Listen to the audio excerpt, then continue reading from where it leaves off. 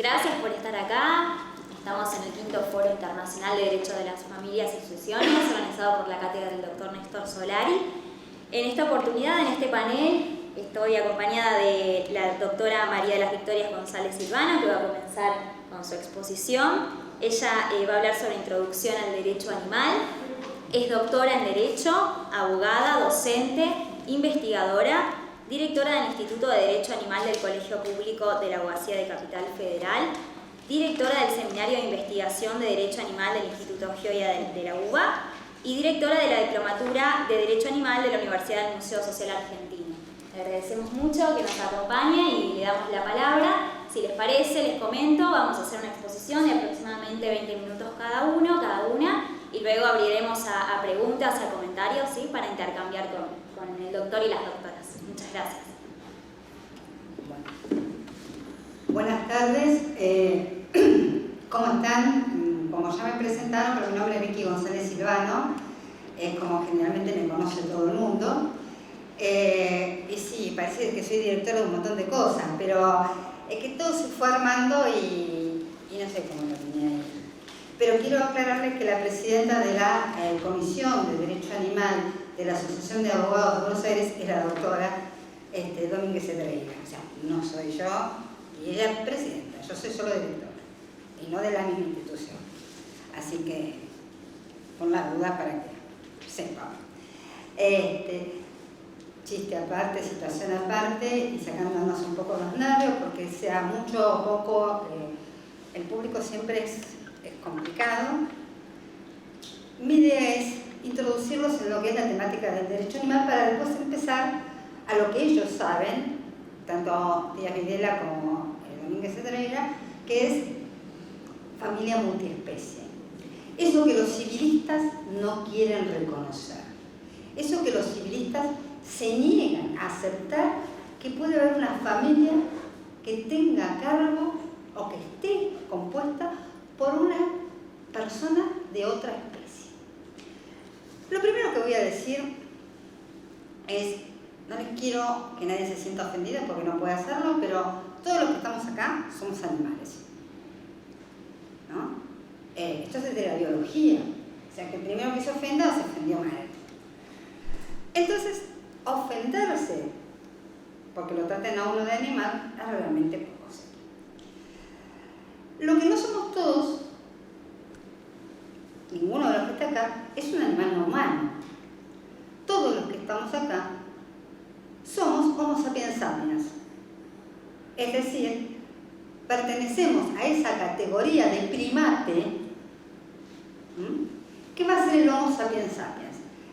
2 guiones humano.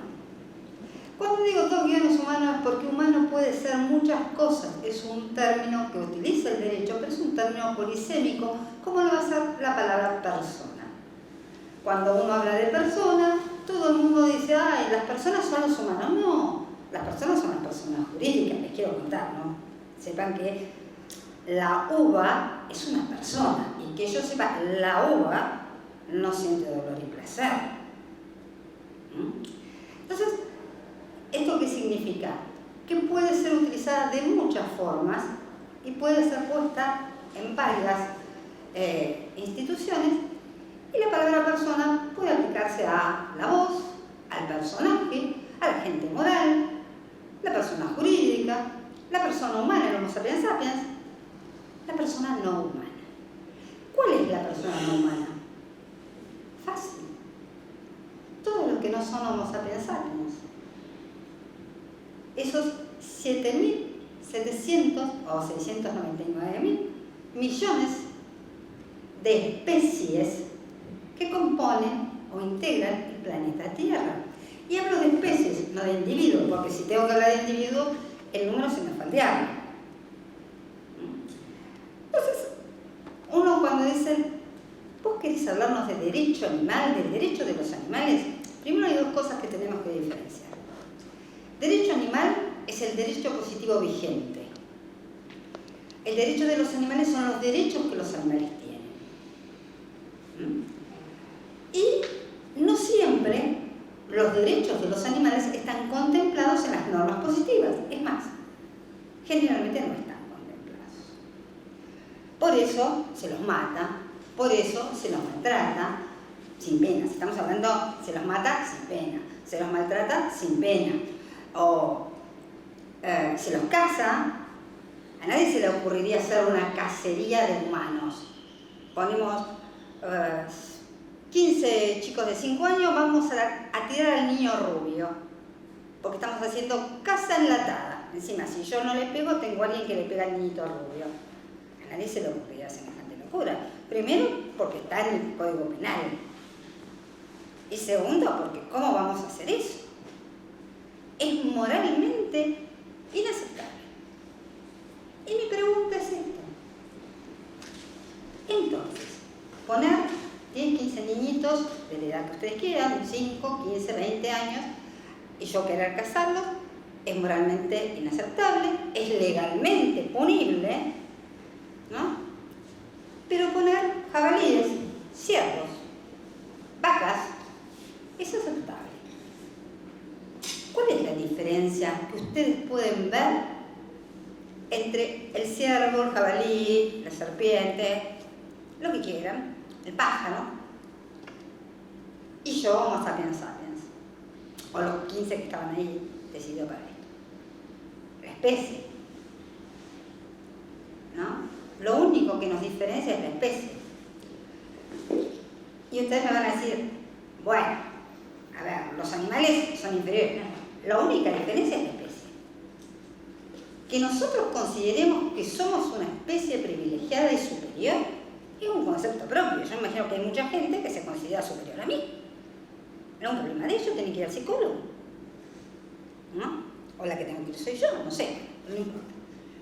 Entonces, mi tema es, ¿cuál es el problema que tenemos hoy? La discriminación. La discriminación por especie es algo que está naturalizada y aceptada en nuestro país. En nuestro país y en el mundo. ¿Por qué? Porque el resto de los animales valen menos. Cuando los cuantificamos valen menos. Es más, nos atrevemos a decir que hay animales para compañía, hay animales para comer, hay animales para servirnos, y hay animales para mirar qué lindo que está el zorro ahí en Ushuaia, en el bosque, qué lindo que está. Está también para eso. Nos atrevemos a hacer esa diferenciación. Eso también tiene una definición dentro del especismo, que es otro tipo de especismo, pero es así. Todo eso lo hacemos nosotros. ¿Qué trata el derecho animal? El derecho animal tiene un objeto propio, que justamente es la defensa de los animales. Tiene doctrina propia, la pucha que hay gente que ha escrito sobre el tema, en Argentina y fuera. Y no de ahora. Podemos irnos, como diría Rabinovich, a Aristóteles, pero antes de él a Pitágoras, que realmente tenía una concepción distinta, más animalista. Igual Aristóteles habla del animal, si bien lo pone por abajo del humano, pero también tenemos que entender en el siglo que estaba Aristóteles y en el siglo que estamos nosotros, ¿no? Piense que en la época de Aristóteles él justifica la esclavitud. Y hoy sería impensable justificar la esclavitud. No que no haya, porque eso existe. Porque los humanos no entendemos todavía que nos seguimos maltratando. Y aparte de eso, en nuestro país tenemos jurisprudencia propia. Y cuando yo digo jurisprudencia propia, no estoy hablando de Sandra, que obviamente Sandra es el primer caso de un animal no humano que llega a ser liberado justamente porque se le consideró el derecho a su dignidad, ¿no? A su vida y a su dignidad. No estoy hablando solo de Sandra, estoy hablando de 300, casi 400 equinos, estoy hablando de Coco, que es un mono carayá minusválido, estoy hablando de Lola Limón, que es una puma, estoy hablando, me sale el cordobés ahí, de la Pocha, la Guillermina, la Kenia y el Kevin, ¿no? Que son 4 paquidermos, 4 elefantes, ¿no? Para aclarar bien qué tipo de paquidermo es, ¿no? Estoy hablando en perros, y por lo menos casi 500, ¿no? Sí, todo eso desde el 2014 ahora, señores. La Argentina tiene declarado sujetos de derecho a todos esos animales. Obviamente las sentencias tienen sus defectos. ¿Por qué nosotros queremos no solo generar leyes que protejan la buena vida de los animales y la reconozcan sus derechos, sino que queremos que no solo sea un acto simbólico el reconocimiento del sujeto de derecho? La pregunta es siempre, ¿para qué queremos que sea sujeto de derecho? Que yo sepa, sí, hay sujetos de derechos que se venden, como las asociaciones, pero un sujeto de derecho con vida viviente no se vende, ni se compra.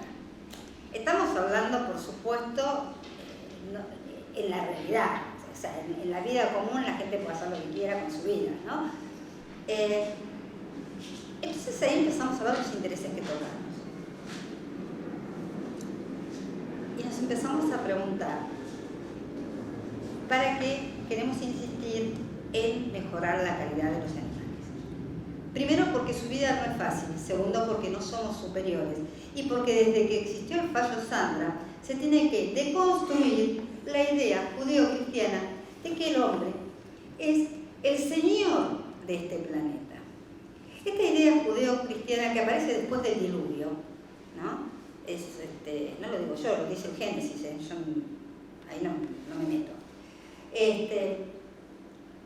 Yo no digo ni que esté bien ni que esté mal, digo que esté equivocada a nivel.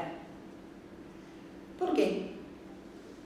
Porque ustedes saben que los libros son también como uno los interpreta. Dice que el hombre tiene su señorío sobre los animales.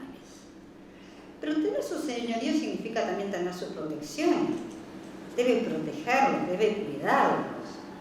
De hecho, antes del diluvio, yo no digo que no se mataban animales, pero había todo un ritual de permiso y perdón, ¿no?, a la tierra por la casa. Y si había todo eso, debería ser porque no lo verían bien. Y también tenemos que entender que es una gran mentira. Es cierto que los humanos somos omnívoros, pero también es una gran mentira que nosotros nacimos omnívoros y vivimos omnívoros, porque esta es nuestra vida y nuestra realidad. El Homo sapiens sapiens es un recolector. Esta es la realidad. Y nada más con ver nuestra biología nos damos cuenta. Cualquier animal que caza con sus propias herramientas, sus colmillos, sus garras, su vista. Nosotros sí tenemos la vista. Y miremos un águila, miremos un tigre, miremos un gato, para no irnos tan lejos. Miremos un perro, que lo tenemos al lado, miren los colmillos. Nosotros no tenemos esos colmillos. Y no es que se nos fueron reduciendo los colmillos, Agarren la cabeza del hombre de Neandertal y van a ver que es la misma estructura, un poquito más, un poquito menos, pero es la misma. Con lo cual, eso de que nosotros tenemos que cazar para poder alimentarnos y vivir es una mentira que nos han hecho creer para justificar el seguir matando a otras especies. También es cierto que el hombre empieza a cazar cuando descubre el fuego. No, lo hacía antes. Esto es nada más un libro de historia, no hace falta otra cosa.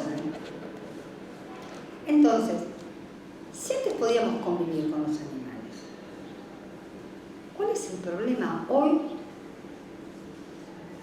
de volver a tener una paz y armonía con ellos? De entender que no son objeto de nuestra experimentación. En la Facultad de Derecho, en el 2014, se propuso la materia de Derecho Animal. La materia de Derecho Animal, yo siempre digo que se aprobó porque no la vieron venir. tiene que pasar por una serie del departamento, la comisión directiva, el consejo directivo, etcétera, etcétera, ¿no? Yo creo que no apostaron a que nosotros íbamos a tener gente. En materia de derecho animal se ve desde el ambientalismo y el animalismo, diferencias, pasando por sujeto de derecho, persona, seguimos con violencia interespecie, familia multiespecie, continuamos con lo que es la legislación penal, después lo que es la legislación civil de los daños y perjuicios o los animales en la propiedad horizontal, o en los countries y clubes de campo, el derecho del consumidor y los animales, y no porque se los consuma, sino cómo afecta el derecho del consumidor en cuando se le compra ese alimento y el animal le hace mal ese alimento y es un sujeto expuesto a las relaciones de consumo. Y cómo se hace todo este trámite para trabajar por ello. La experimentación. ¿Es buena, mala o no? Todo eso trata la materia de derecho animal. Después de derecho animal, en esta casa de estudios, porque ya sí existía en Córdoba y sí existe el año siguiente en la Universidad del Sur, la materia de derecho animal, con distintas características, pero por lo menos existen. En esta casa de estudio se logra la materia de ética animal, que pertenece a filosofía. Después de eso, 2019, 2020, 3 materias más. El tema del consumidor, los animales como sujetos directamente y la legislación penal. 5 materias tienen la facultad de derecho que hablan de los animales y todas con tinte abolicionista. Somos la facultad más cerrada en nuestro pensamiento, y lo digo yo vengo de los derechos reales. Yo soy docente de derechos reales. Yo soy adjunta en la cátedra de Kipper. Y si ustedes me dicen lo primero que ayer cuando se presentó un libro sobre las defensas procesales, que hay un capítulo de legitimación animal, el libro de Hosseini, que después de tantos años se logró que ingresara la temática en un libro de procesal. Había gente que dice, la familia multiespecie o la temática familiar no funciona. Eso mismo yo lo escuché en el 2015 y en el 2014 con el tema del sujeto de derecho. Los animales, personas no son, por ahí sujeto de derecho puede ser, cuando uno le pregunta cuál es la diferencia, ¿no? Pero no, ustedes pretenden mucho, los humos son seres que viven, casi 700 animales declarados sujetos de derecho por la justicia. Y me van a decir que no son sujetos de derecho. Ah, no, porque el Código Civil en el 227 dice que los animales son cosas. De hecho, el último fallo que sacó la justicia contravencional dice que no obstante existir el 227, no hay duda que no puede usarse y considerarse animales como cosas, por la simple verificación de que al verlos nos damos cuenta que no son cosas. Y después sigue, por supuesto, el fallo, ¿no? Entonces, un poco es, señores civilistas, acá venimos a plantearles algo. Nosotros somos una materia autónoma. No somos apéndice del derecho civil, no somos apéndice del derecho ambiental, no somos apéndice del derecho penal. Somos una materia transversal, porque pasamos por todas esas temáticas, porque nos cumplen todas esas leyes. Porque hay una parte de defensa que va al derecho penal como el derecho. El derecho de los humanos pasa por varias áreas, el derecho administrativo, el laboral, y nadie dice que el derecho constitucional es un apéndice o que los derechos humanos son un apéndice del derecho constitucional. Nadie se atrevería a decir eso. ¿Qué lo piensan? Pero nadie se atrevería. Entonces, nosotros somos una rama autónoma. tenemos demasiados animales declarados sujetos de derecho. Ahora vamos por la modificación del código. De eso no tengan duda. Esta lucha ya la empezamos. Ahora tenemos otra más, que es la familia multiespecie. Yo no voy a abandonar la lucha. Espero que ninguno de ustedes tampoco. Muchísimas gracias.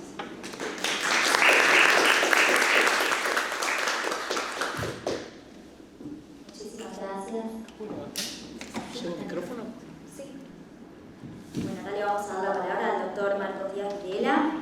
Él es licenciado, profesor y doctor en psicología, con cargos de profesor asociado y adjunto en grado y doctorado de la Universidad de Flores. Es además profesor invitado en diversos cursos de intervenciones asistidas con animales, educación canina y ética y derecho animal. Fue cofundador también del Instituto Iberoamericano de Antrozoología. Muchísimas gracias por participar de este panel. Bueno, siempre que me invitan vengo súper contento. Yo no soy abogado. ¿Son todos abogados acá? ¿No? Hay estudiantes, entiendo. ¿Sí? Levanten la mano los abogados. Estudiantes de Derecho. ¿Y el resto qué hacemos acá? ¿Proteccionistas? ¿Sí? De derecho animal nos interesa el tema, por eso. Ok. ¿Y de dónde vienen? Somos traductoras nosotras y nos interesa el tema de derecho animal. Muy bien. Necesitamos traductores, ¿eh? Mirá que tenemos una causa. Italiano, Bueno, y yo soy psicólogo. ¿Y qué hago acá o por qué estoy acá? Bueno, yo les voy a hablar acerca de familias multiespecie. Pero lo voy a enmarcar como sistemas familiares multiespecie, porque yo soy un terapeuta de familia, de formación, y me dediqué siempre a trabajar con familias, pero en algún momento empecé a incluir a los no humanos dentro de la familia. Y como dije, sistemas familiares multiespecie. Les voy a dar una charla acerca de psicología. ¿Y por qué? Porque esa sería la parte ligada a la legitimidad de las familias multiespecie en la práctica, como las vivimos todos en nuestras casas. Después la doctora Domínguez Cedreira va a hablar de la legalidad, ¿no? Hacemos equipo, vamos bien. Bueno, yo dije sistemas familiares multiespecie. Primero, ¿qué es un sistema? Es una palabra que todos conocemos, pero ¿qué es? Bueno, el concepto se deriva de la teoría general de los sistemas que planteó este biólogo y filósofo Ludwig von Bertalanffy, que lo que se propuso básicamente es estudiar los principios válidos para todo sistema. Sistema es una unidad de análisis que puede aplicar a una galaxia o que puede aplicar a una célula y por supuesto también a una familia, y ahí es a donde la vamos a aplicar nosotros. Un sistema es una composición ordenada de elementos en un todo unificado. ¿Qué quiere decir? Que hay algo que va más allá de la simple suma de partes en el sistema. Eso sería un conjunto, ¿sí? Pero acá le vamos a agregar leyes de composición. Ese conjunto, ¿por qué se conforma? Van a ser los López, papá, mamá, hijo, hija, ¿sí? Entonces tenemos estructura que tiene las leyes de composición. Bien, pero cuando hablamos de sistema vamos más allá y decimos que estos integrantes van a interactuar entre sí de maneras particulares que hacen surgir propiedades y además van a interactuar con el entorno, y esto va a conformar una totalidad que es irreductible a la simple suma de partes. Los sistemas tienen tres propiedades. Esta es la parte más dura de la charla, después me pongo más light, no se preocupen. Las tres propiedades son la equifinalidad, que dice que dos sistemas pueden partir de un mismo origen y acabar en resultados diferentes, o partir de orígenes diferentes y acabar en un mismo resultado, porque lo que nos interesa en los sistemas es cómo funcionan, no tanto cómo está compuesto, que serían las condiciones iniciales, sino el proceso, cómo van a interactuar entre sí, cómo van a interactuar con el entorno. La segunda propiedad es la totalidad, que es esto que dijimos, ¿no? Al estar conformado como algo unificado, una modificación en una parte produce modificaciones en el todo. Y la otra es la retroalimentación, que el sistema reinserta los resultados de su acción pasada para corregir su funcionamiento, para crear reglas de funcionamiento, por ejemplo. Hasta acá sistema, que era la parte más dura. Vamos con la segunda. ¿Qué sería entonces un sistema familiar? Bueno, es aplicar estos conceptos que dijimos recién a las familias. Entonces diríamos que una familia es una composición ordenada de individuos en un todo unificado. Ok, pero no toda familia o no todo sistema es una familia, ¿no? Sí, toda familia puede ser pensada como un sistema, pero no a la inversa. No, está bien, la familia es un sistema que cumple con ciertas funciones. Tiene dos funciones básicas, que son un poco contrapuestas. Por un lado, tiene que mantener su cohesión, tiene que mantener a los miembros unidos y tiene que conservar una identidad, ¿no? Pensemos los López, que el abuelo era abogado, el padre es abogado, y vos tenés que ser abogado, porque somos los López abogados, ¿no? Y siguen esa línea. Y en el pueblo nos conocen todos como los abogados y todos los domingos nos juntamos a comer en la casa del patriarca de la familia. Bueno, así mantenemos la cohesión. Ok, pero la otra función que tienen las familias es permitir que cada integrante sea un individuo, que si sale un López que quiere ser artista, y bueno, qué sé yo, que sea artista también, vamos a dejarlo, ¿no? Que puedan socializar, que puedan recorrer el mundo, que puedan aprender cosas nuevas, más allá de lo que se da al interior de la familia. Por eso decimos que son dos funciones básicas contrapuestas. Y pensar así a las familias lo que nos habilita es a poder ser inclusivos, ¿sí? Vamos a definir entonces familia en términos abstractos como un sistema de individuos que están integrados en una totalidad y que cumple con estas dos funciones básicas. Poco importa si hay un padre, si hay dos, si son del mismo sexo, si son de distintos, si hay hijos, si no hay hijos. No nos interesa, nos interesa lo otro, ¿sí? Que estén conformados como una totalidad y que cumplan con esas funciones básicas. Muy bien, y ahora vamos a la parte más divertida. Vamos a agregar la parte multiespecie. Entonces, ¿qué sería un sistema familiar multiespecie? Bueno, en principio lo vamos a diferenciar de la mera tenencia, ¿sí? Tenencia como un concepto neutral. Hay gente que yo digo tenencia, saca como un crucifijo y me dice, no, es una mala palabra porque cosifica. Ok, a ver, cuando nosotros hablamos de datos demográficos, de lo que estamos hablando es de tenencia. No sabemos qué tipo de manera de tener a esos animales. Si tienen un vínculo, le dicen es mi hijo y lo dejan dormir en la cama, o si lo tienen encadenado en un árbol en el patio.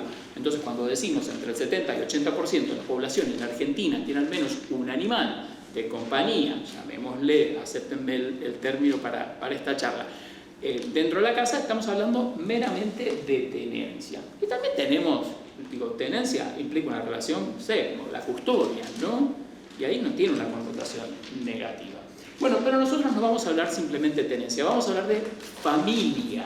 Y si nosotros le preguntamos, como hice yo en mi tesis de doctorado, a la gente en Ciudad de Buenos Aires, el 97% te va a decir que el perro es un miembro de su familia.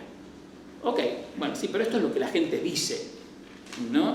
Sí, está bien, pero lo que la gente dice es importante. Utilizar el lenguaje de familia para referirse a otro es utilizar un lenguaje de conexiones significativas. Cuando hablamos de familia, hablamos de un lenguaje de amor. Mi amigo es como un hermano para mí, o es un hermano, ¿sí? O mi mentor en la facultad es un padre para mí. Es hablar desde un lenguaje de afecto y de conexiones sociales significativas. Entonces, cuando hablamos de perrijos y gatijos y yo soy papá, ¿qué estamos diciendo? ¿Estamos buscando equiparar a estos animales no humanos con roles humanos? No, los estamos identificando a partir del cuidado que nos demandan en el hogar, la dependencia, la necesidad de educarlos, ¿sí? Es decir, estamos hablando de conexiones sociales significativas. Hasta acá hablamos de, entonces, datos sociodemográficos. En Ciudad de Buenos Aires tenemos un perro cada 7 personas y un gato cada 12, lo que equivale a un animal de compañía por hogar, según el Instituto Pasteur. Según mi tesis, tenemos que el 97% de personas en Capital te dice que el perro es un miembro de la familia. Y además hay datos de la clase de cosas que hacemos con estos animales no humanos, ¿no? Como todos hablamos con ellos, les sacamos fotos, muchos les festejamos el cumpleaños, los integramos a los rituales familiares. Ok, bien, todo esto nos va acercando a la idea de sistema familiar multiespecie, pero lo vamos a pensar directamente en términos técnicos.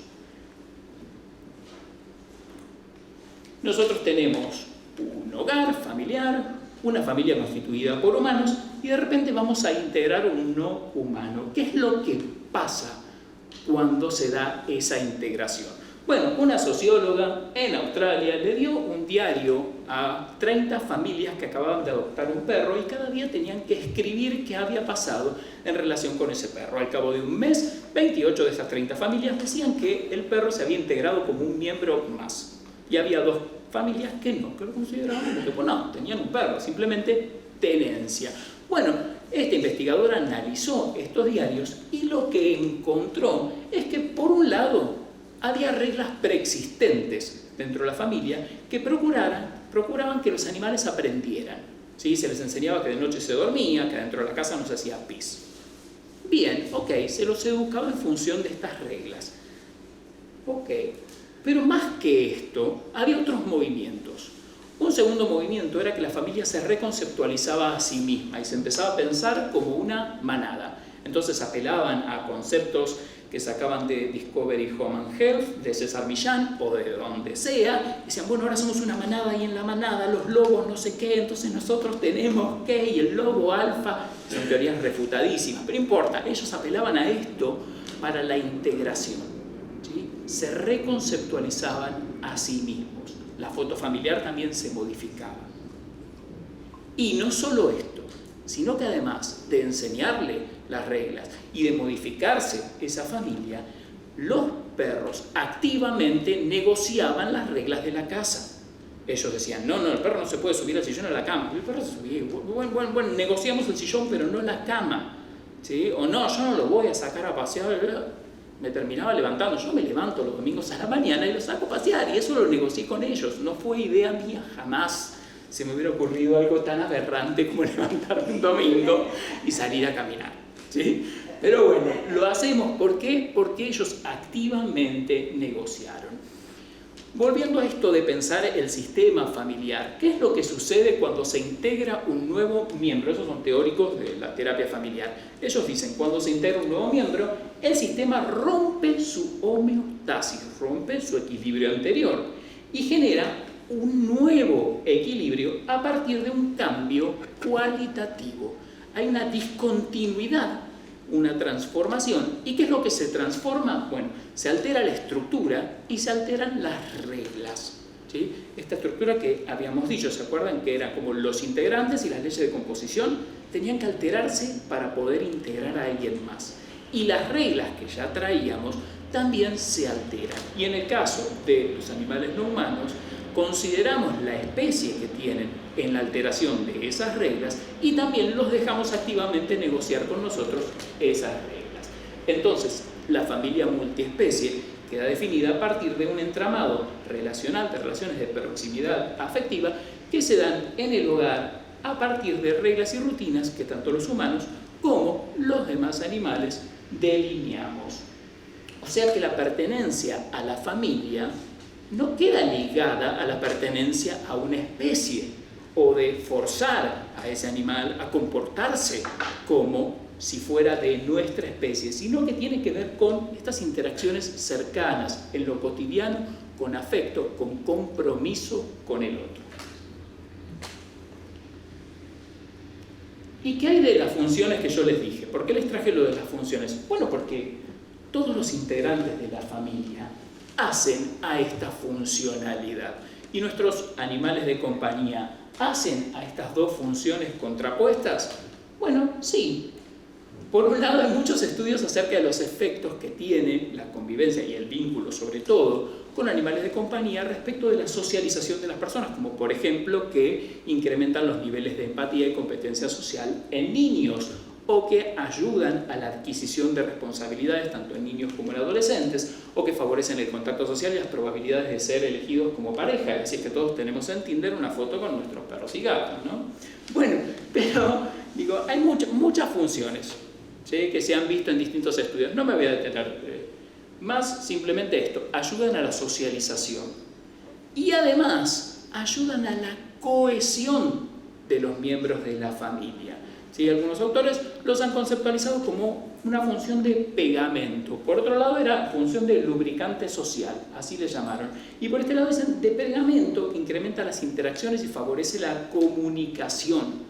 ¿Sí? Habilitan conversaciones en general con cierto sentido de humor sobre lo que hacen. Nos juntamos a la noche en casa a comer y charlamos de qué pasó y ¿no? Algo de esto se da. De hecho, me pasó hace un año más o menos que llegó un matrimonio a terapia. Yo atiendo muchos pacientes que tienen temas con sus animales. Ese es como el grupo de pacientes que me consultan a mí.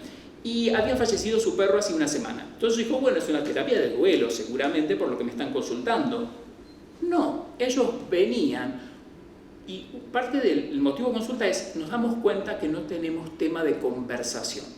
Nos sentamos a la noche y no sabemos de qué hablar, ¿no? ¿Qué es lo que están diciendo con esto? Bueno, que hay una desestabilización que se dio en ese sistema familiar, que estaba estabilizado de cierta manera como una totalidad, porque estaba el animal. Y si sacamos a ese animal, se desestabiliza. Y hay que lograr un nuevo equilibrio. De manera similar a cómo, cuando ingresó ese animal, se logró ese equilibrio. Muy bien, eso es la noción que decíamos antes, el principio de totalidad. Bueno, y les voy a plantear algo para cerrar, así a modo de ejercicio. Sé que los abogados como, ¿qué nos vas a hacer? Y yo vengo del palo de la psicología, que somos más permeables a este tipo de ejercicios. Pero bueno, les voy a proponer algo, a ver si se animan. Yo creo que sí, son corajudos los abogados. Bueno, les van a tener que cerrar los ojos, no sé si ya tanto me van a seguir, si ¿se animan? Sí. ¿Va? Bueno, cierren los ojos. Imagínense que mientras duermen hoy a la noche, un fenómeno muy extraño sucede en su hogar. De manera que su animal de compañía, todo rastro de él y hasta su recuerdo desaparece. ¿Qué es lo primero que notarían extraño al despertar?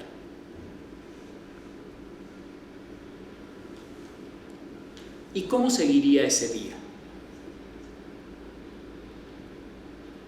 A esto le llamamos la técnica, no los voy a hacer contar, se los quedan ustedes, no lo vamos a abrir.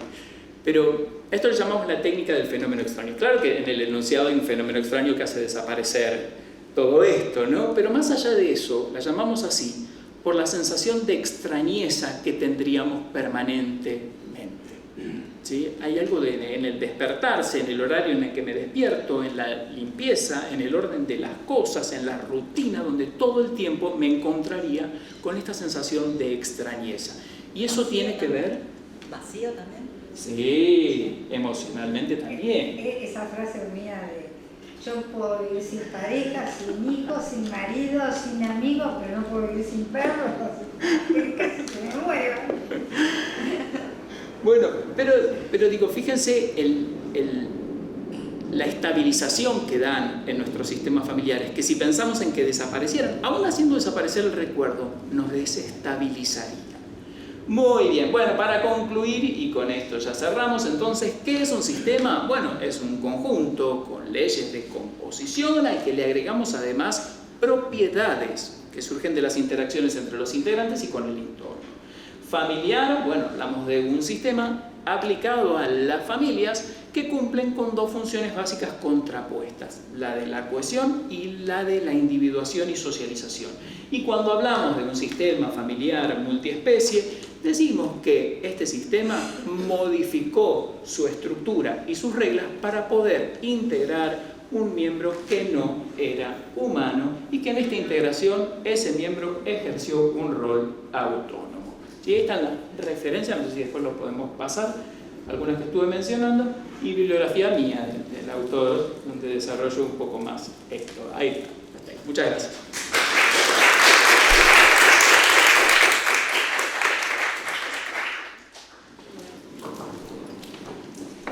Muchísimas gracias, qué interesante, la verdad. Le vamos a dar la palabra ahora a la doctora María José Domínguez Hebreira. Ella es abogada de la UCA, especialista en Derecho de Familia de la misma casa de estudios, docente de la materia de Derecho Animal en esta facultad de Derecho de la UBA, presidente de la Comisión de Derecho Animal de la Asociación de Abogados de Buenos Aires y fundadora de Iuris Civitatis. Muchas gracias. Muchas gracias. Vamos para la computadora, sí. Dale. ¿Qué tal? Buenas tardes, muchas gracias por venir. Gracias a la cátedra del doctor Solari por convocarnos. Muchas gracias, Paula, por la paciencia que nos tuvo con todas estas presentaciones. Pero bueno, y muchas gracias obviamente a ustedes por haber venido y por interesarse en el tema. Bien,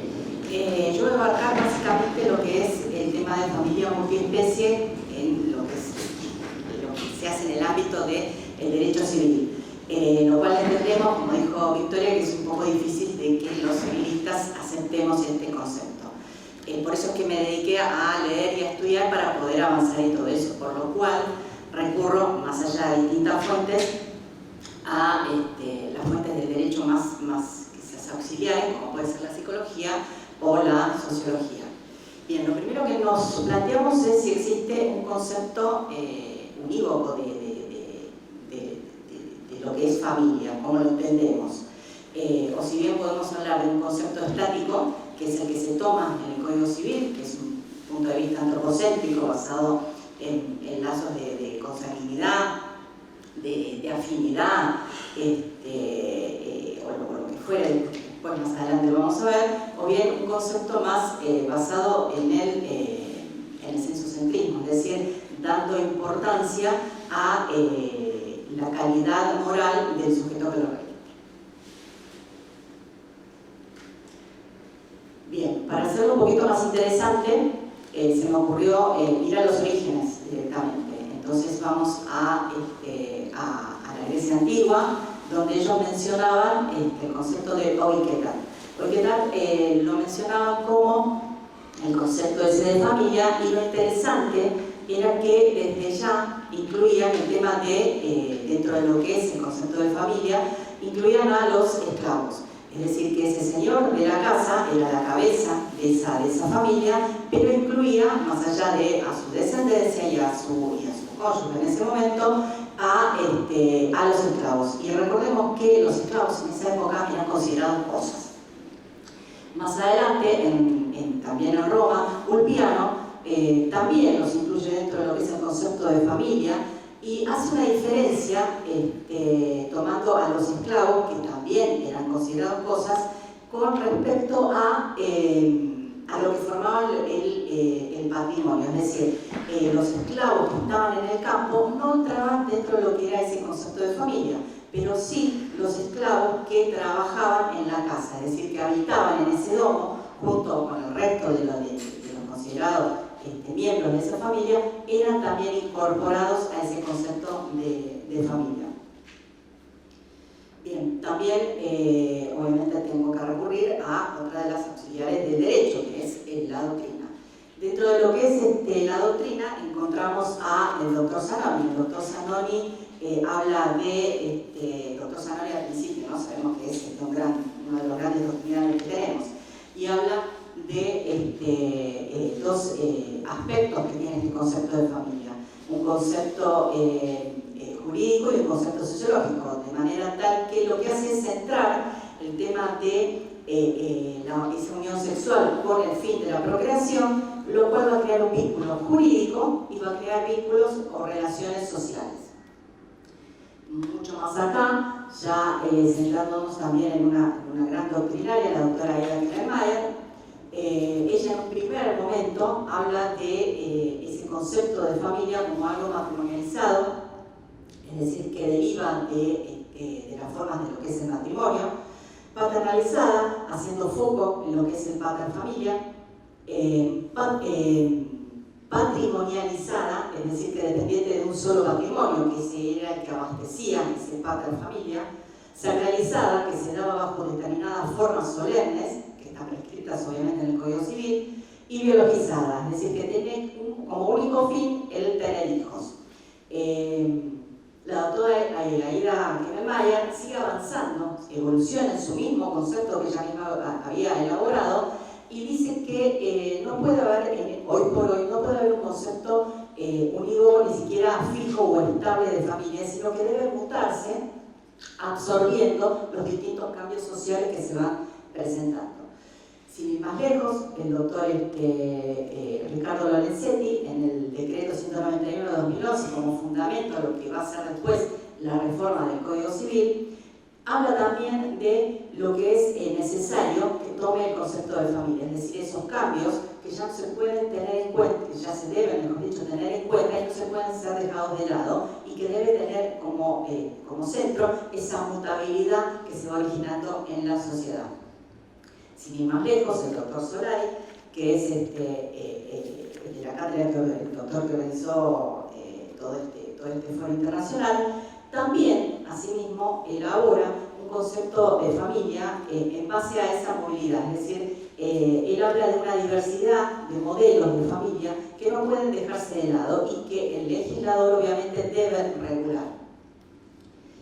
Según el derecho, según el derecho civil, el concepto de familia, si bien es cierto que en el código no tenemos algo que diga concepto de familia, artículo tal, concepto de familia, sino que nos vemos en la necesidad de recurrir a, una vez que uno lee todo lo que es el capítulo, en el Código Civil, como el conjunto de personas físicas que se rigen bajo un vínculo jurídico. Ese vínculo jurídico, el Código Civil, en el artículo 529, lo denomina como parentesco. De manera tal que ese parentesco derivaría de lazos de sangre, descendentes colaterales, por afinidad, por adopción, incluso también abarca lo que son las técnicas de reproducción asistida, tan actuales, que se están utilizando ahora, y introduce también una nueva figura que es el progenitor afín. Imagínense que el progenitor afín es la pareja, la nueva pareja, que sería lo que conformaría una familia ensamblada. Es decir, que ese progenitor afín, que no tiene ningún lazo, ni legal, ni de consanguinidad, tiene obligaciones y derechos a partir de determinados requisitos, como vamos a decir ahora, y que los da la jurisprudencia, pero tiene determinados derechos y obligaciones con respecto a los hijos de esa anterior pareja. Bien, a lo largo de la historia es indudable que se han dado cambios y se han producido mutaciones sociales en cuanto a la composición, no solo de nuestra familia, sino también de cómo nos armamos y de cómo vamos viviendo. Sin ir más lejos, el tema de Internet, el tema de las redes sociales y todo lo demás generó un nuevo cambio, un nuevo paradigma de comunicación entre nosotros. De manera tal que todos esos cambios sociales hacen absolutamente imposible que ese concepto viejo de familia se siga manteniendo de esa forma. También lo que tenemos que reconocer nosotros de este lado es que en todas las legislaciones, leí bastante, y la verdad que leí bastante código más que nada de Latinoamérica, no se recepta ese concepto de familia en base al afecto, en base a esa socioafectividad que mencionábamos antes. Lo que sí debe hacerse ahora ante estos cambios sociales es receptarlo de alguna forma, dando soluciones a los distintos problemas que se van planteando, que ya los vamos a mencionar, o bien directamente estableciendo un concepto de familia un poco más amplio.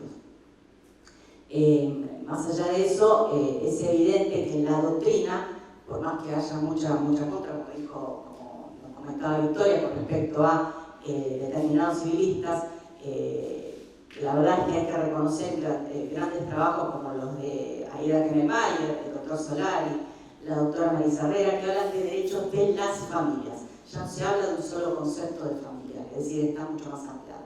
Bien, la realidad que nos rodea y a la cual me refiero constantemente es que, básicamente, para describirla, tomo este listado y nos vemos y nos vamos a ver reflejados en cuanto a que nuestros animales de compañía le damos un nombre. Desde ya que hasta hoy por hoy ya dejamos de lado el tema de capitán, sultán y demás príncipe, duque que se usaban antes, para darle lugar a ponerle nombre de personas. Es decir, yo tengo Dana, Lola, Morena, tenía Juana, tenía Polo, Dalma, Hito Junior, y también tenía a Yanina, Mira, Cara, todo nombre de persona. Sí. León, Olivia.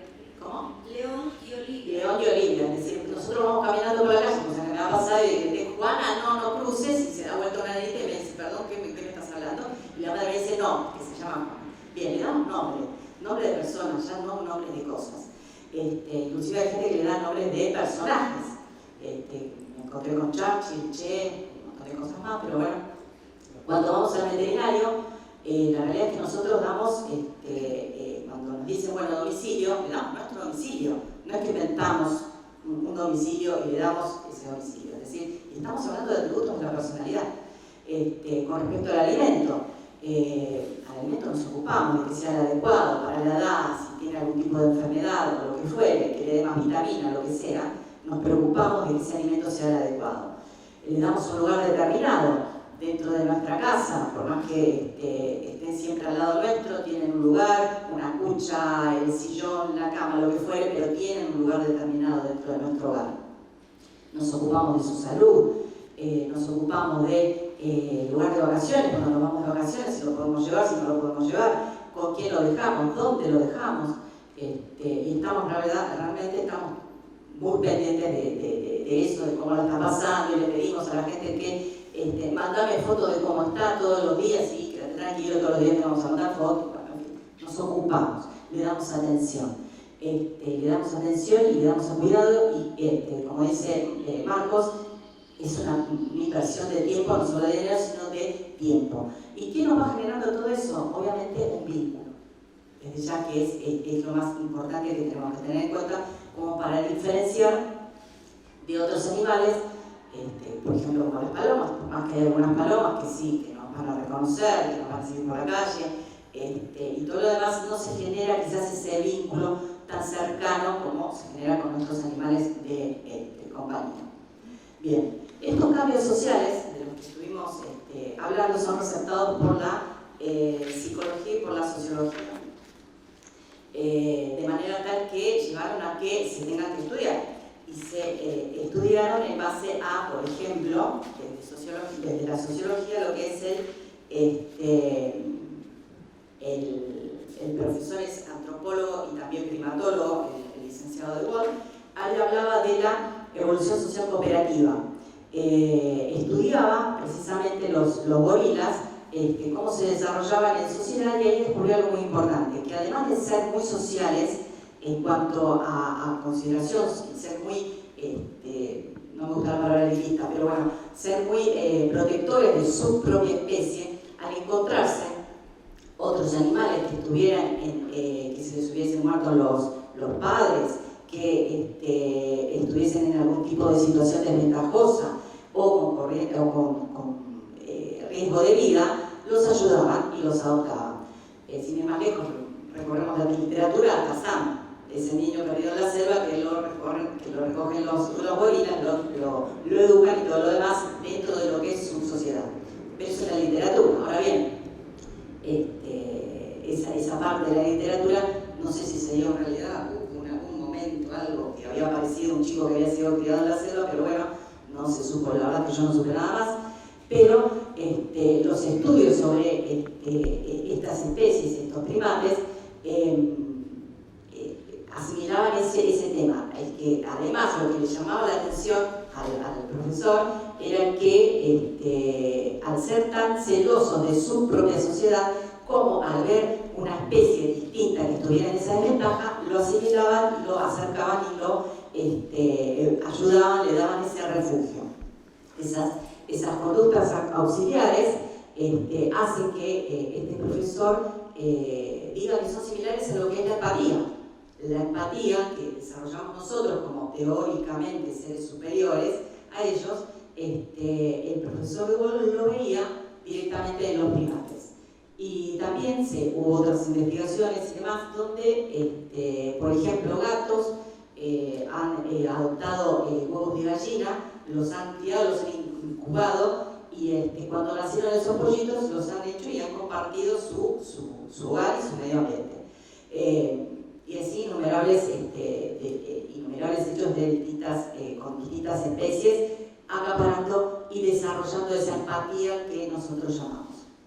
Es decir, que esa capacidad de atender y de prodigar ayuda y de cooperativismo con otras especies, el profesor de Wall lo tomaba como empatía que se desarrollaba en esos animales.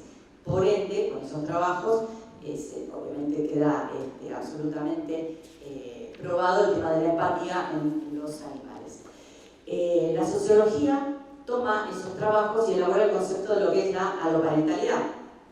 Aloparentalidad como esa necesidad de brindar un cuidado que se puede dar inclusive descendencia biológica o bien a descendencias que no sean directamente biológicas y hasta llegar hasta otra especie. Bien, la teoría del apego, esta teoría es elaborada ya desde el punto de vista psicológico, es decir, ya dejamos la sociología, pasamos a la psicología.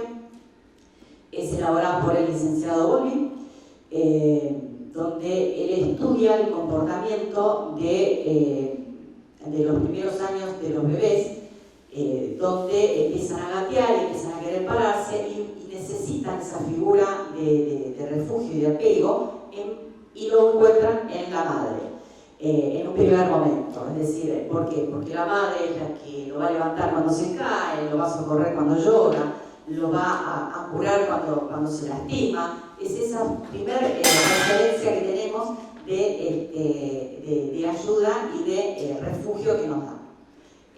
Obviamente que al crecer el humano va ampliando esa figura de apego a otras figuras de lo que es la familia. Por ende, en un estudio, y fue en la tesis, se elabora la teoría de la cercanía emocional, el profesor y doctor Marcos Díaz Videla, diciendo que esa figura de apego, de la cual hacía hincapié Bowlby, la podemos trasladar a los animales de compañía. ¿Por qué? Porque estos animales de compañía, o animales familiares, o animales de familia, como también se los puede mencionar, nos dan ese refugio mutuo, se crea ese vínculo, ese ida y vuelta, que inclusive es similar al vínculo humano-humano, asimilándolo de alguna forma al vínculo que creamos, que escribió también Marcos recién, a el de humano y animal no humano. Él explica muchísimo mejor que yo, así que quédense tranquilos. Más concreto. Bien, de manera tal que a nuestros animales de compañía los posicionamos dentro de nuestra familia, le damos un rol específico, los tomamos como miembros de nuestra familia, le damos un estatus de integrante de nuestra familia.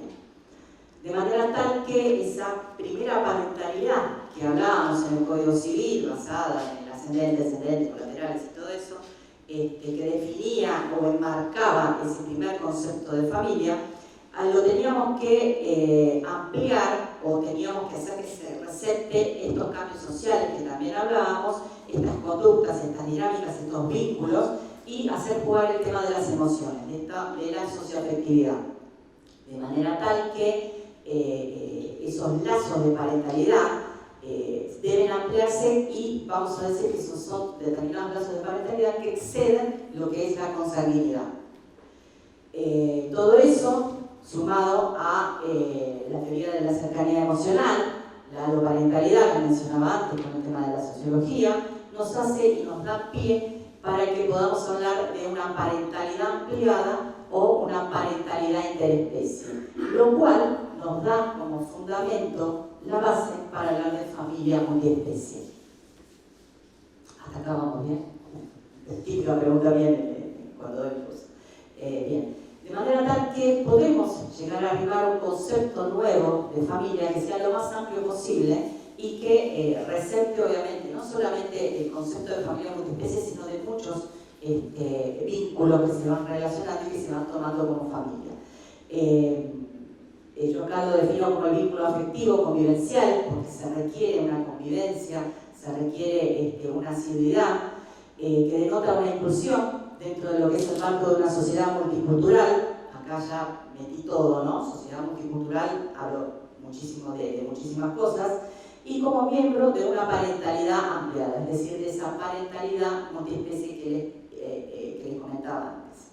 Todo esto va a tener consecuencias positivas, que es todo lo lindo que hablamos antes, y consecuencias obviamente negativas. ¿Por qué? Porque al ingresarlo dentro de lo que es nuestro sistema familiar, dentro de lo que es nuestra familia, tenemos que reconocer que las familias también frayan, también se quiebran, también se rompen, también se separan.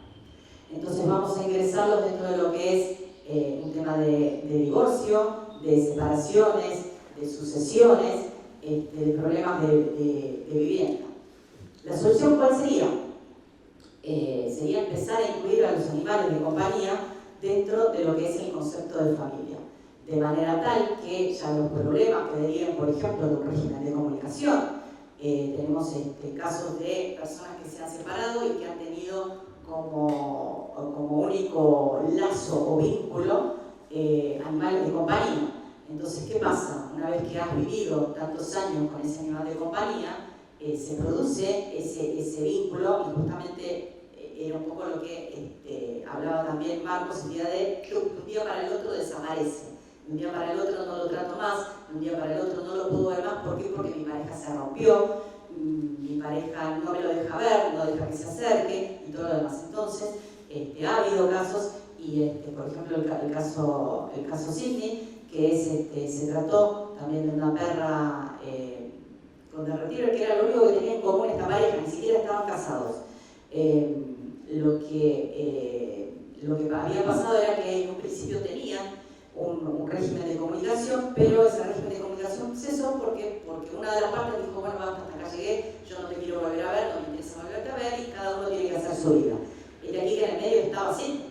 Sidney era una perra que había convivido con los dos durante 8 años, es decir, se había creado un vínculo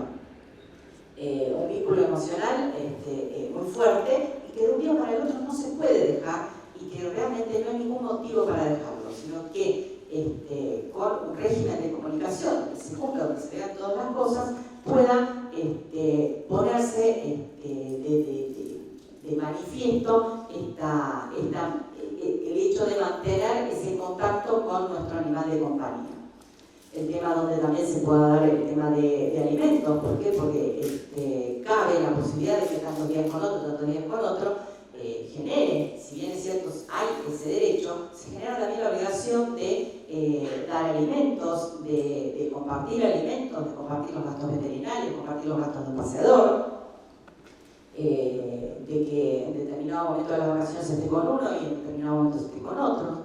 El tema de la adopción, con respecto a lo que hacen las protectoras, por ejemplo, el contrato de adopción, ya no sacarlo de lo que es el contrato, sino que hacer un régimen de adopción, meterlo como modificación del Código Civil y ponerlo ahí, básicamente porque sabemos que los contratos tienen como objeto cosas o servicios, de manera tal que no podemos estar hablando de un contrato de adopción de un animal de compañía, sino que yo quiero justamente es que lo tomen ya no se lo tome como cosa, sino que se lo tome dentro de lo que es persona no humana, sujeto de derecho, el título que quieran, pero no cosa. La idea también del progenitor afín, que era un poco lo que les habíamos hablado, alguien que no tiene ningún lazo de consanguinidad, ningún lazo de ascendente ni nada, ningún lazo legal, sin embargo tiene derechos y obligaciones. Eso se puede traspolar a una pareja, por ejemplo, que lo único que tienen en común sean animales de compañía, generando obviamente lo que decíamos antes, derechos y obligaciones. Derechos hereditarios, el tema de por ejemplo, una persona haya vivido gran parte de su vida con sus animales y por una enfermedad o por lo que fuere fallece, el tema de, no digo ya de dejarle toda la herencia, pero sí la posibilidad que hoy por hoy da pie el Código Civil de dejar legados, de dejar donaciones con cargo, pero bueno, la idea es que al modificarse el Código Civil, en algún momento se pueda dejar parte de la herencia a la manutención de los animales que nos han acompañado toda nuestra vida. La protección de la vivienda, es decir, que entren dentro de la protección de la vivienda, es lo que antes era el bien de familia, que se nos pueda mencionar como beneficiarios de ese bien de familia. Derechos del consumidor, desde el punto de vista de ser los animales de compañía consumidores hipervulnerables o vulnerables considerados de alguna forma.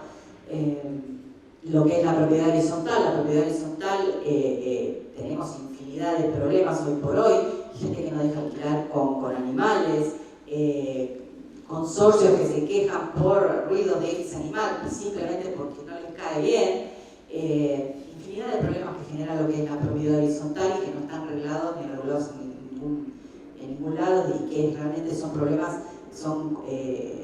muy muy controversiales por todo lo que genera el tema de las relaciones justamente entre humanos. Derecho del trabajo. Por ejemplo, hace poco también habíamos visto el tema de que hay un check de una marca de alimentos pidiendo que se les dé los días de licencia a los trabajadores o a los empleados cuando tengan sus animales de compañía enfermos o que hayan fallecido. Obviamente que eso no es que hoy se te murió un animal cada 2 por 3, sino que no, tendría que estar regulado y marcado dentro de lo que son las reglas, las leyes laborales. Otra de las cosas que también tenemos para poder recurrir como auxiliares del derecho es la jurisprudencia. Y como ya le dijo Victoria, acá en Argentina somos pioneros en lo que es la declaración de sujeto de derecho y reconocer a los animales como víctimas de un maltrato. Por ende, sabemos que no pueden ser cosas, sino que las víctimas deben ser otra cosa, son personas. Repito, pónganle el nombre que quieran, pero no son cosas. El tema de, en Italia recurrimos a las licencias laborales. Una persona, les doy este ejemplo, una persona que había pedido licencia laboral para cuidar a su perro que estaba en posoperatorio y era la única persona que lo podía cuidar. Obviamente que el empleador, al recibir esa excusa por el pedido de licencia, decide echarla. Van a mediación y se arregla la mediación reconociendo que tenía derecho a eso. La verdad que un caso así, acá en Argentina sería muy difícil por la precariedad que tenemos con respecto a las leyes laborales. No es que me estoy quejando de las leyes laborales, sino que hablo de una cuestión de necesidad que se crea hoy por hoy, que va atrás de la economía y todo lo demás. No vamos a tener casos de esto, sino que más bien vamos a tener, y sin que esto sea que yo lo estoy avalando, sino que vamos a tener una avalancha, obviamente, de certificados médicos truchos que justifican la licencia. Antes de decir, obviamente, que no me tengo que quedar en casa para cuidar a mi perro que está enfermo, lo cogeré. En España se ha reglamentado también y ha salido jurisprudencia con respecto a la tenencia y a las visitas, así como acá en Argentina. El daño moral también se ha reconocido también en Argentina, en el caso Chesu, el daño moral padecido por su cuidador responsable con la muerte de Chesu. Chesu era un ovejero alemán que falleció, el caso lo llevó la doctora Victoria González Silvano, que falleció mientras lo estaban, mejor dicho, falleció después de que lo bañaran en un pet shop y veterinaria, producto de exceso de calor en el secadero, ¿no? Sí, lo fritaron. Sí, tal cual fue eso. Yo fui a una de las audiencias y la audiencista salió y me dijo: estamos realmente indignados con este tema, no podemos creer que el animal se les haya quemado dentro del secador. Aberrante. Bueno, eso se produjo, dio pie a un inicio de demandas y terminó con el resarcimiento del daño moral padecido por el cuidador responsable ante la pérdida de su perro Chesu. También en España hay un daño moral que se le resarce directamente al animal por el daño moral que sufrió él por el maltrato infligido por su anterior cuidador. Obviamente que ese resarcimiento es captado por su cuidador y salvador actual, por una cuestión lógica, ¿no? Pero se le reconoce el daño moral ocasionado de un maltrato directamente a un pitbull que estaba todo el tiempo encadenado y lo que hacía el cuidador anterior era, apenas salía de la casa, era pegarle. De manera tal que se vieron y por pericias de etólogos y de biólogos se determinaron que el animal sufría todavía las consecuencias de ese maltrato. De ahí deriva el tema del resarcimiento del daño moral al animal. Acá en Argentina tenemos fallos de propiedad horizontal y de comunicación y de régimen de comunicación, como les contaba. En cuanto a los regímenes régimen de propiedad horizontal, básicamente está el fallo Tarzán, que lo que establece es que se le había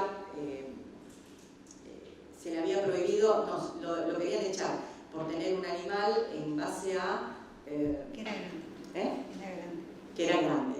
Que era grande y obviamente molestaba a todos los vecinos, o a un par de vecinos.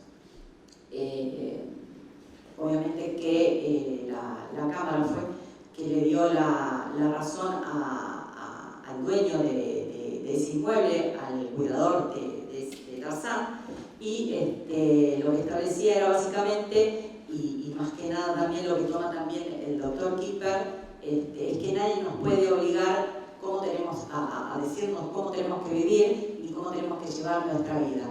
Es un poco toda la base de todo lo que es el derecho de la libertad y todas las demás cosas que nos podemos plantear con respecto a lo que hace el tema de la familia multiespecie, con quienes vivimos y cómo vivimos. Bien. Lo hice. Voy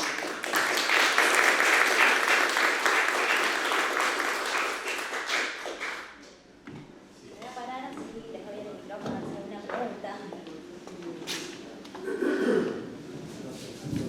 Así se escucha en la grabación. ¿Alguien quiere hacer alguna pregunta? Aprovechando acá a las doctoras, al doctor, ¿algún comentario? No hace falta el micrófono. Para que se pueda grabar. Ah, perdón. Hola, buenas tardes. Yo quería consultar respecto a cómo se cuantificó el daño moral, por lo menos en ese caso que llevabas. ¿Qué parámetros se tomó?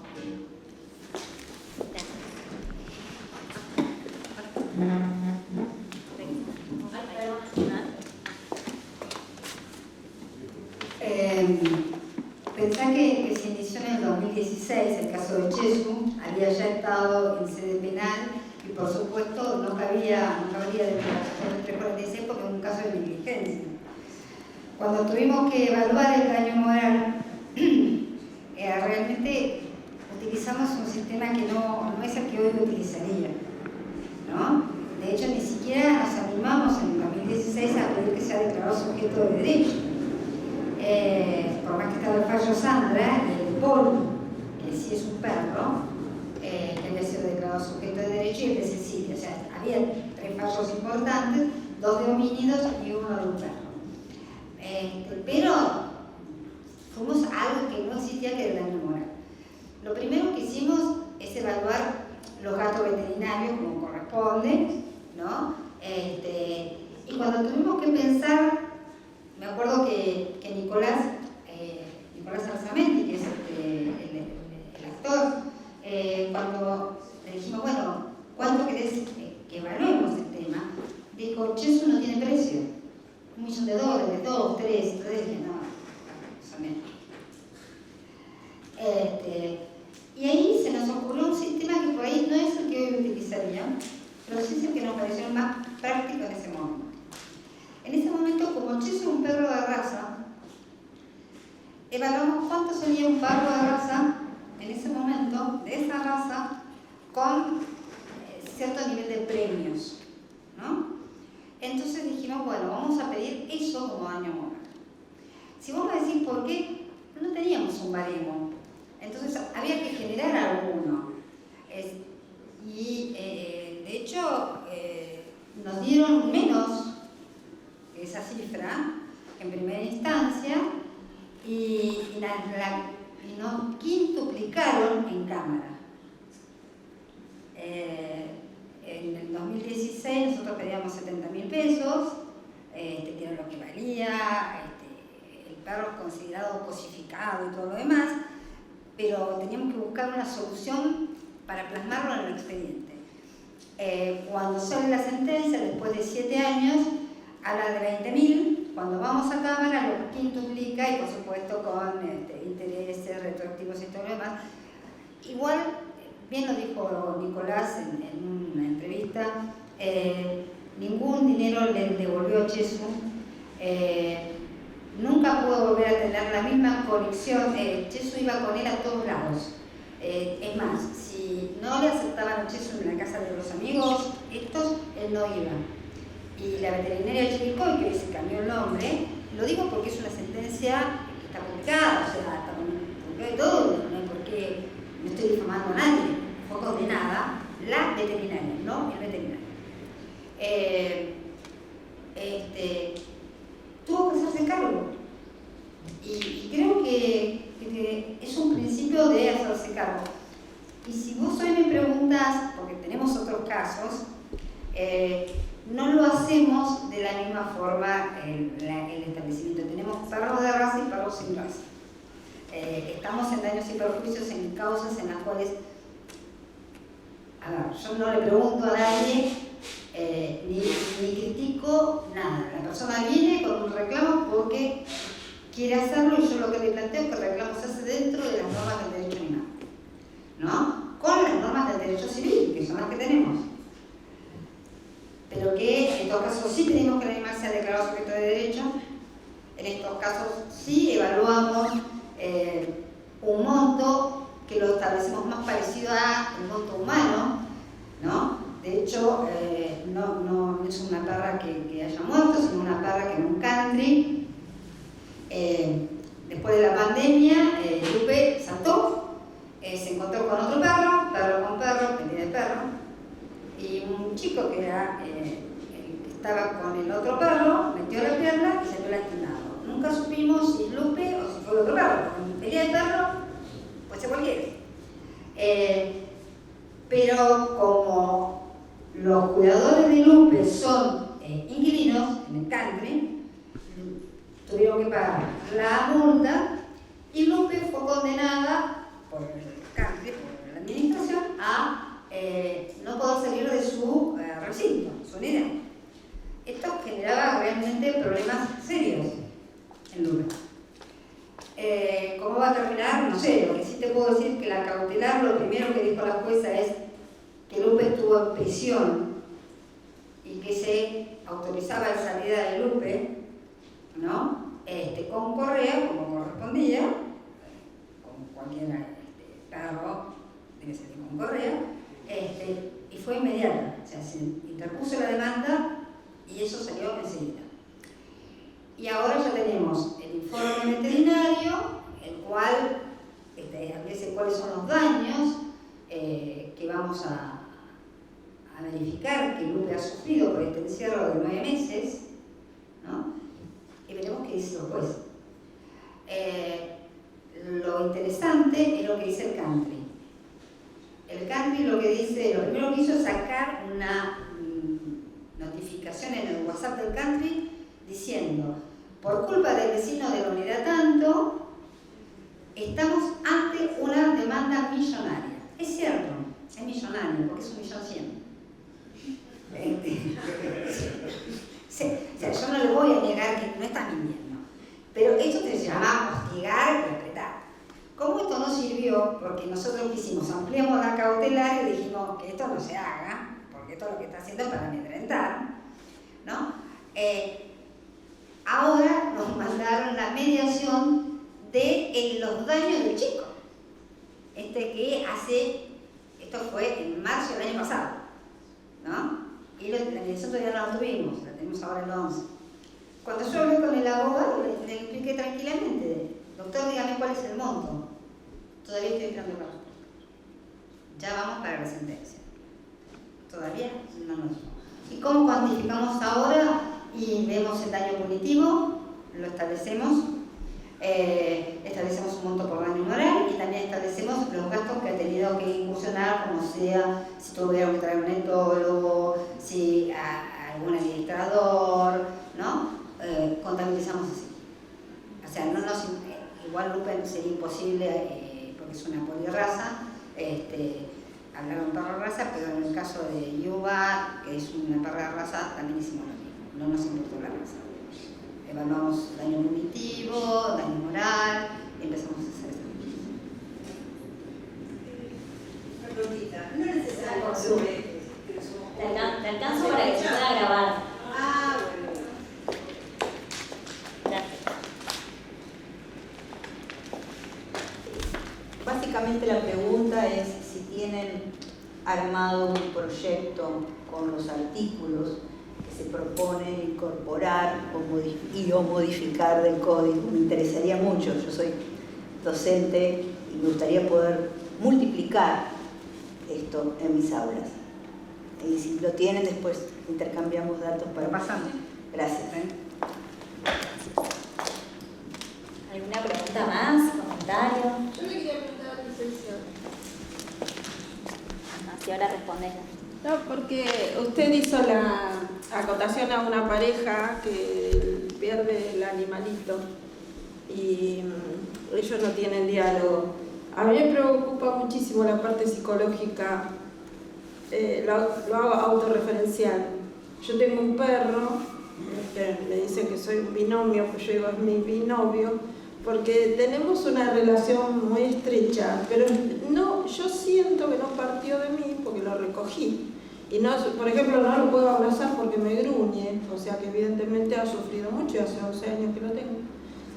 Pero ¿hasta dónde está en uno la enfermedad con el vínculo? Y si existe una enfermedad psicológica en tomarse, por ejemplo, el no tener diálogo con la pareja porque desaparece el animalito, o por yo siento que yo no lo genero, yo capaz que me equivoco, pero yo no creo haber generado tanto vínculo de parte de él, que es un perro que me mira todo el tiempo, quiere estar todo el tiempo al lado mío y si viene gente a casa se ríe porque él me sigue a todos lados, ¿no?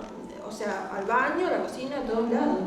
¿Y cómo yo hice algo malo? O sea, me siento como en falta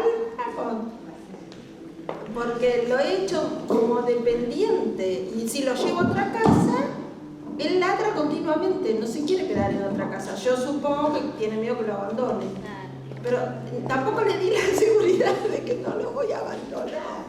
En principio, la culpa del cuidador es muy común, o sea, todos tenemos que experimentar cierta cuota de culpa por no estar haciendo las cosas bien en el cuidado de nuestros animales.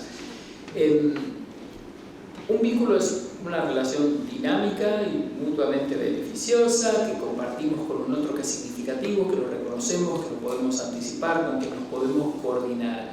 Como todo vínculo, tiene posibilidades de desplegarse en características que sean disfuncionales. Y a veces hay cierta tendencia a fomentar vínculos más ansiosos e inseguros, como sucede en los casos que tradicionalmente se llamaban de ansiedad por separación, que se dicen problemas relativos a la separación de animales, y que también los humanos desarrollamos entre humanos y con animales. Entonces, el vínculo de por sí es sano pese a que sea intenso, no pasa por una cuestión de intensidad. Hay que ver si es un vínculo que fomenta lo que decíamos en las familias, esto de la cohesión por un lado, sí, pero también la posibilidad de desplegarse y desarrollarse, ¿sí? O más bien si genera inseguridad y esta tendencia a buscar la figura de apego y quedarse con uno. Pero la culpa es absolutamente normal y si notas que hay algún problema de conducta, se consulta y se trabaja como pasa con cualquier vínculo humano que podemos tener. Ok, gracias. ¿Será que responde a...? Sí, tenemos, sí, hemos hecho todas las normativas, todos los artículos que deben ser cambiados, por supuesto con la derogación de infine, del 227 infine, quiero decir, que es la cosificación, y de ahí en más van cayendo como dominó todo el resto, y agregamos otros en tema de régimen comunicacional, régimen de adopción, en el tema de las sucesiones, la representación, ¿no? Sí, tenemos todo. Sí, o sea, no creemos que salga así, pero por lo menos existe. Es un camino que hay que seguir. Los vamos a acompañar. Con gusto.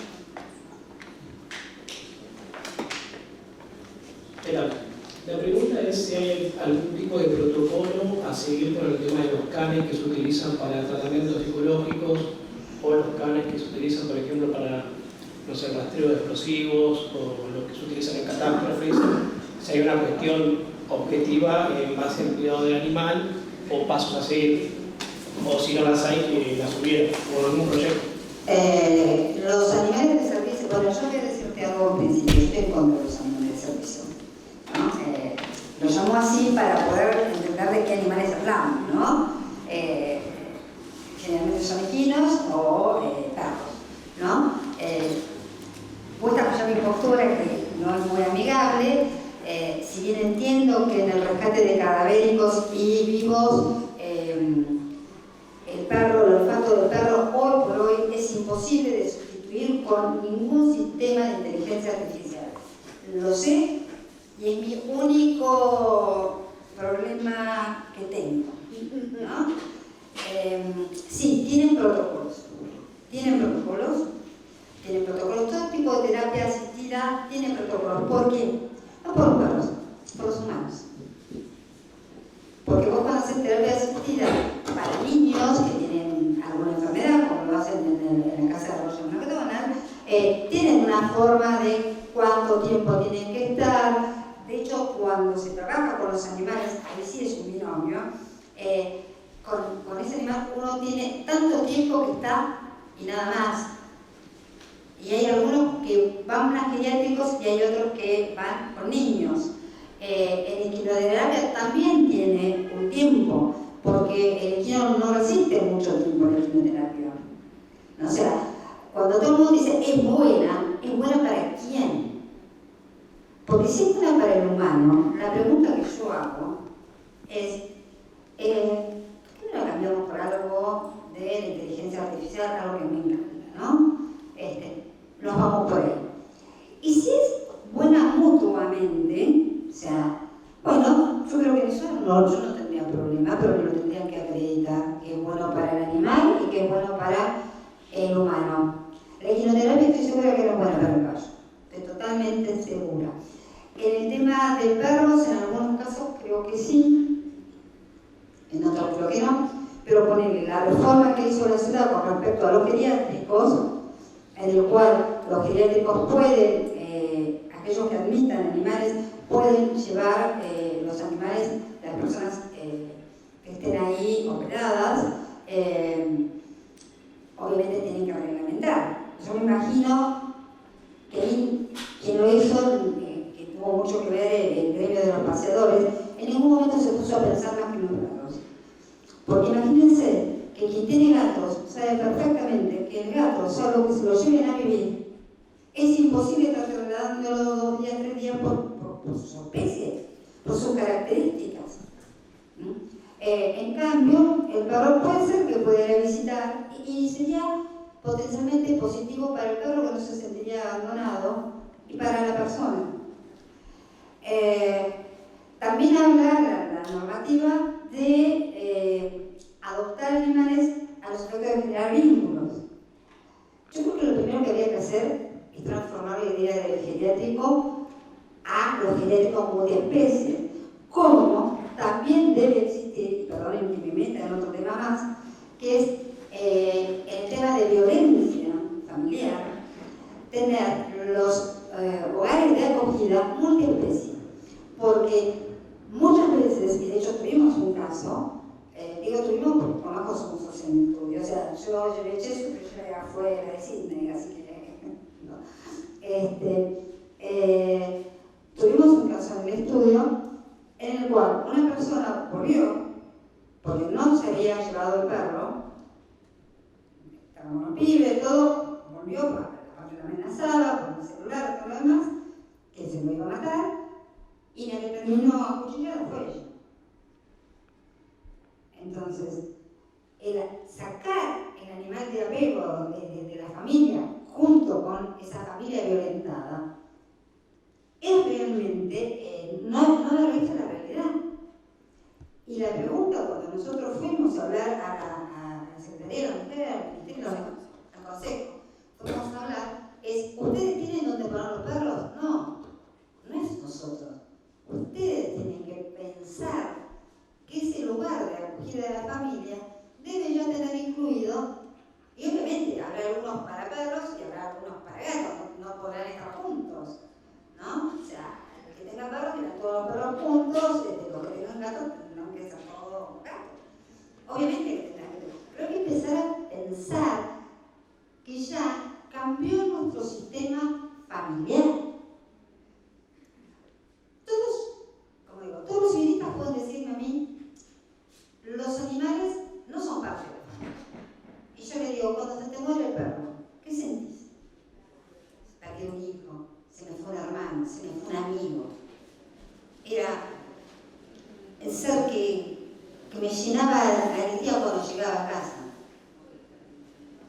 Entonces, ¿eso qué es? ¿No es apego? ¿No es tu familia? A veces por un familiar ni llora. Entonces, esta es la realidad. Creo que tenemos que empezar a cambiar también en la forma de ver algunas instituciones. Esto es lo primero. Y con respecto, sí, los protocolos existen, no estoy de acuerdo con la mayoría de ellos, y te pasa como te pasa en Colombia o con Wilson. Wilson fue perfecto, fue usado perfectamente y terminó después de 20 días rescatando a los niños. En 10 días dijeron no buscamos más a Wilson. ¿No fueron capaces de mandar a los de su misma especie a buscarlo? Y que la selva es peligrosa, pero por los chicos pudiste estar 20 días y por Wilson no puede estar 20 días. Eso es progresismo. Eso es uso y cosificación de los animales. Por eso estoy en contra. No obstante, reconozco que en el conocimiento de vivos y cadavéricos el factor de perros. Y aparte quiero aclarar algo para que sepan. Marco Díaz Videla ha sido siempre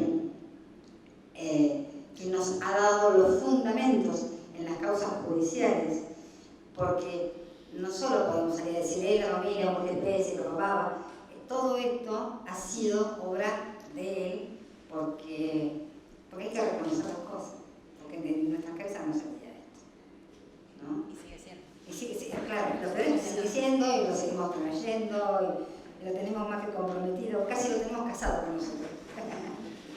Muchísimas gracias, realmente les agradezco un montón. Un fuerte aplauso.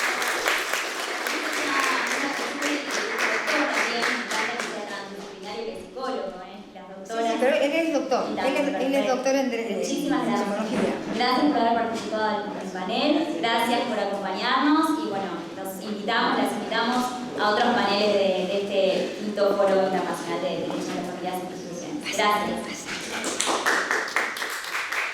Gracias.